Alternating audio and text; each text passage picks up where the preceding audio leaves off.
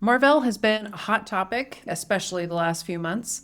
Made some acquisitions, the stock has run up crazy, and they had their most recent Q1 fiscal year 2027 report, which is now old news, but we still have some things to say about Marvell, or at least one more thing to say about Marvell. Yeah, we did a big video in December in tandem around the same time as our optical networking video. And then again in March after the stock had begun to rally a bit 3 months later. But now the momentum has really fully taken over, thanks in no small part to NVIDIA's Jensen Huang calling Marvell the next trillion-dollar company. We had a blog about that a couple weeks ago saying, no, it's probably AMD and or Intel that are the next $1 trillion companies in the AI and semiconductor industry. But let's talk about Marvell. As you said, Casey, one more time, we're going to discuss this one, and then I think we just need to let it lie after this. So Marvell, as you know, fabless chip designer, also an IP licensor, especially to the hyperscalers that are working on their own custom AI chips, as we call it, baby Broadcom. It won't be if it's going to be a $1 trillion company. Yeah, I guess it won't be. Okay, let's break down some of these items that have happened in the last month or two. That referenced blog post I mentioned is in the description below, as well as the last two videos from March and December of 2025. Here's a selected quote from CEO Matt Murphy regarding the acceleration in revenue growth for Marvell. They had a record quarter in this Q1 fiscal year 2027 of just over $2.4 billion, which was up 28% year over year. And they're guiding for the next quarter to have another acceleration in growth, $2.7 billion at the midpoint, which would be 35% year over year. Now, he doesn't stop there. He continues to talk about some of the growth outlook in the coming quarters. Yeah, it's going to continue to accelerate. And there's really, at this particular stage, two things happening. The company is licensing out that IP for some of the hyperscalers working on their own custom chips, ASICs, or XPUs, accelerated processing units, especially for their own internal workloads.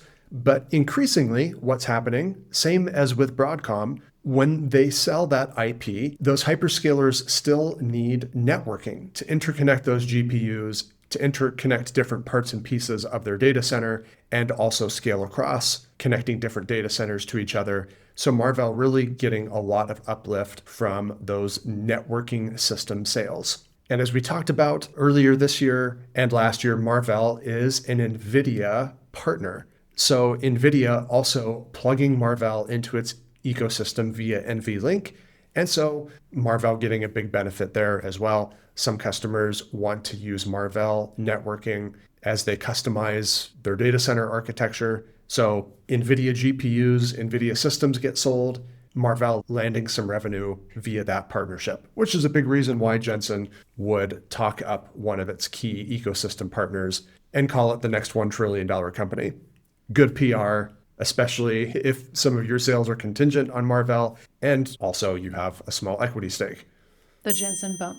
Here's another piece of news that came out in June, the CFO transition. They have a new CFO, Dan Durn, who is coming from Adobe. But before that, he certainly has had some semiconductor experience, applied materials, and XP. So, Nick, what do you think this means, making this transition to a new CFO and Mr. Dan Durn following the money? It was probably a pretty good pay package to come aboard and help manage Marvell's next leg of growth. But we're a fan. When we started initially buying Applied Materials a decade ago, we certainly got very familiar with Mr. Durn and his work. So yeah, obviously we're big fans. This is probably going to be a benefit for Marvell, having someone with his experience and his talent in managing this next leg of expansion at Marvell, especially after this latest round of acquisitions was made at Marvell, getting those integrated and getting those contributing to the business as quickly as possible, especially those acquisitions, for example, Celestial AI, to help with next-gen optical networking. If you're still watching it with us and haven't clicked past this part, make sure you hit the subscribe button and check out some financial visuals from our website, chipstockinvestor.com. This charting feature is powered by fiscal.ai, but over on our website, this is a revenue breakdown and free cash flow breakdown for Marvell. on a quarterly basis. You can see that the revenue is definitely continuing to climb, and they expect a significant bump in the second half of this year, which we'll show you in just a moment. Make sure you check it out, chipstockinvestor.com, and we have other tools that we are currently building out for investors to make sense of all things technology and cut through the steady stream of noise that you're bombarded with every day. chipstockinvestor.com. Before jumping over to the balance sheet, one thing to point out here, for years, obviously Marvell has been free cash flow positive. That's been good as they managed through a lot of the acquisitions they made in the late 2010s and early 2020s. But as we've talked about in the past, gradually GAAP profitability would converge with free cash flow.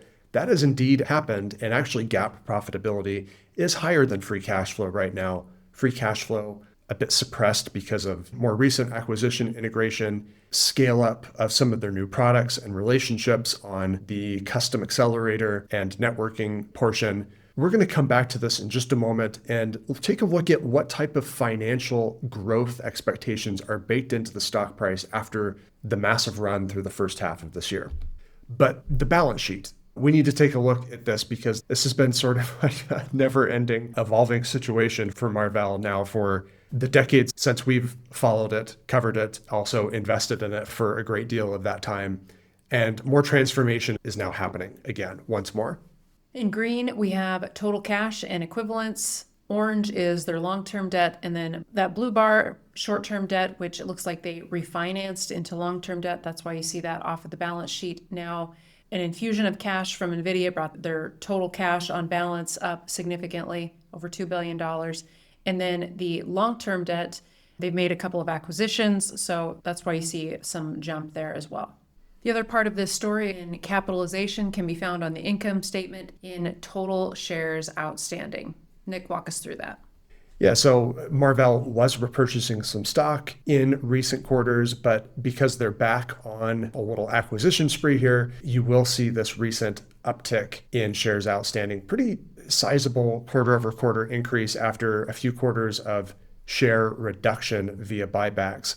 856 million shares outstanding at the end of fiscal 2026, which mostly corresponds with calendar 2025, and then over 890 million shares in Q1 2027 just reported. So Marvell having to issue stock to make some of these purchases again. Now that they've finished these acquisitions, including Celestial AI, let's see what CFO Dan Durn has up his sleeves, because I think he's probably most famous for orchestrating a lot of buybacks at Applied Materials in the late 2010s. Of course, we would expect they only do that if they see actual value in the stock.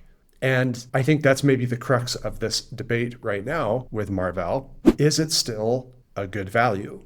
Let's address that next. To round this discussion out, let's walk through the financial outlook for 2027 and 2028, and we'll finish up with a reverse DCF. This comment from CEO Matt Murphy, expecting data center revenue in fiscal 28 to grow approximately 55% year over year, accelerating from fiscal 2027's growth rate. And just as a reminder, even though we're in calendar year 2026, we're actually talking about fiscal year 2027 for Marvell. In fiscal year 2028, which will be calendar year 2027, Marvell expects that they'll reach $16.5 billion in annual revenue, which is higher than the outlook that they gave last quarter.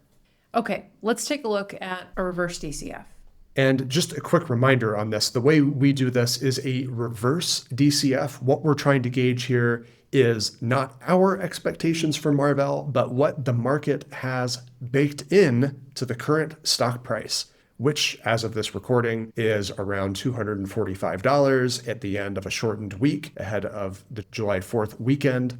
So one thing that we're going to do a bit differently from our past reverse DCFs the last two quarters is we're actually going to leave earnings per share and free cash flow weighted at 50-50 and just kind of gauge what would happen if those two metrics once again begin to converge over the coming years as Marvell works through some of the recent acquisitions and scale up of new products.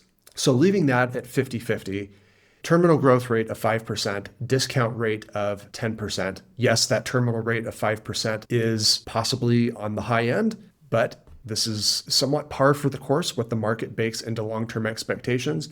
So now let's just solve for the next 5 years worth of elevated high growth rate for Marvell. What gets us to fair value? And the assumption in this particular scenario is an average per share profit growth rate of 47%.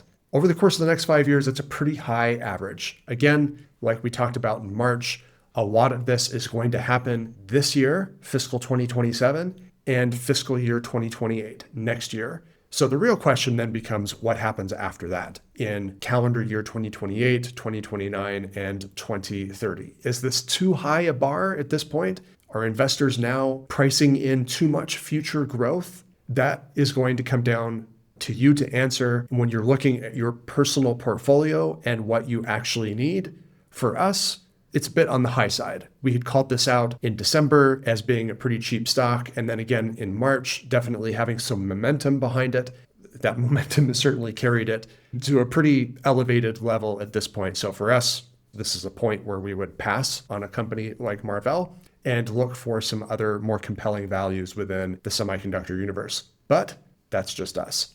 All right, everyone, make sure you hit that subscribe button. Check out chipstockinvestor.com. And in case you missed it, we just did our mid-year review of our memory and optical networking stocks. Check it out right here. We'll link it right at the end of this video. See you soon.